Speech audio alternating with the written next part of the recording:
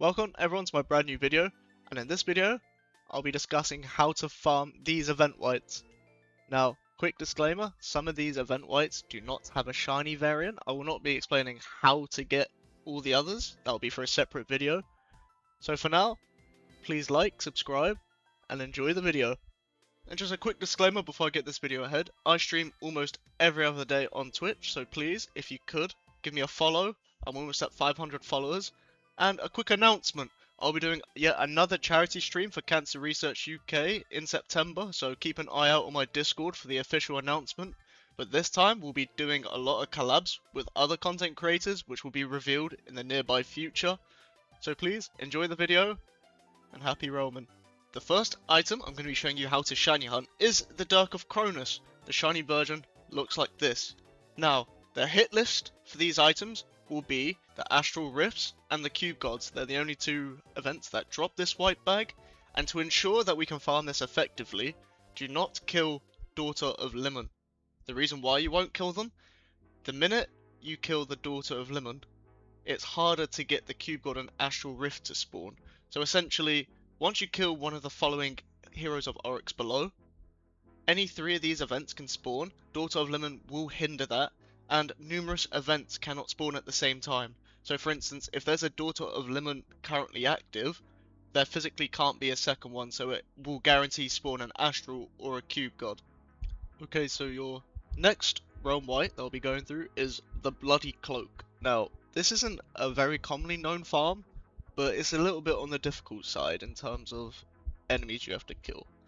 Now, the following enemies give you the cloak. So that's your Bloodroot Heart, your Lost Sentry, and your Ravenous Rot. Now, the two events you do not want to kill is the Avatar and Skeletal Centipede.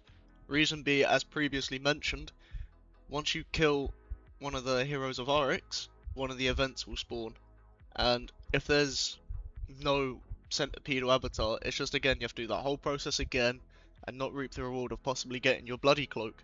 So for the Bloody Cloak grind, ideally, you need at least 4 people, so 2 in each Sanguine Forest, just to spread out the player base, because the last thing you want to do is just overwhelm a biome, kill everything, and you're just sitting there waiting for stuff to spawn. Instead, if there's 2 of you, there's absolutely no way, if you're doing it correctly, will you A, run out of minions and Heroes of Oryx, but 2 in you both, and it just makes everything way more fun, way more reliable. So for the next event, we're going to go with conflict grinding. Now, there are 2 biomes in which you can get the spawns for conflict for Skull Shrine and Possessed Pumpkin, those being the Haunted Hallows and the Risen Hell.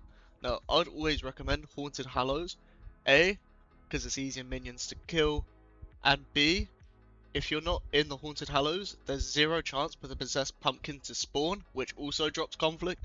So those running around in Risen Hell, I'll say you're kind of griefing if you're going for an effective grind.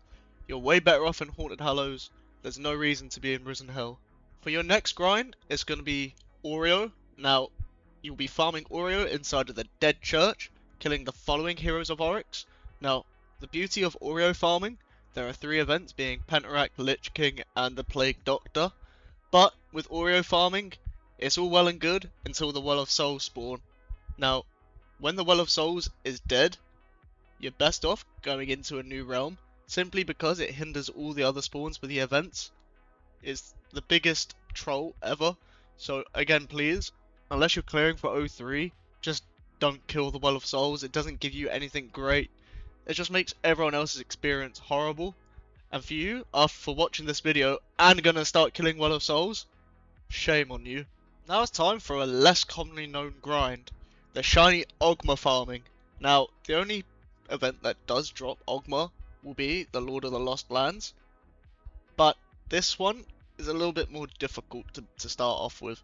So ideally you want to go into a fresh realm, but under no circumstance should you be killing any beer gods and warships, simply because again, those are the events that spawn. Unfortunately, a lot of people do farm these, especially the warship, because of the multi-tool.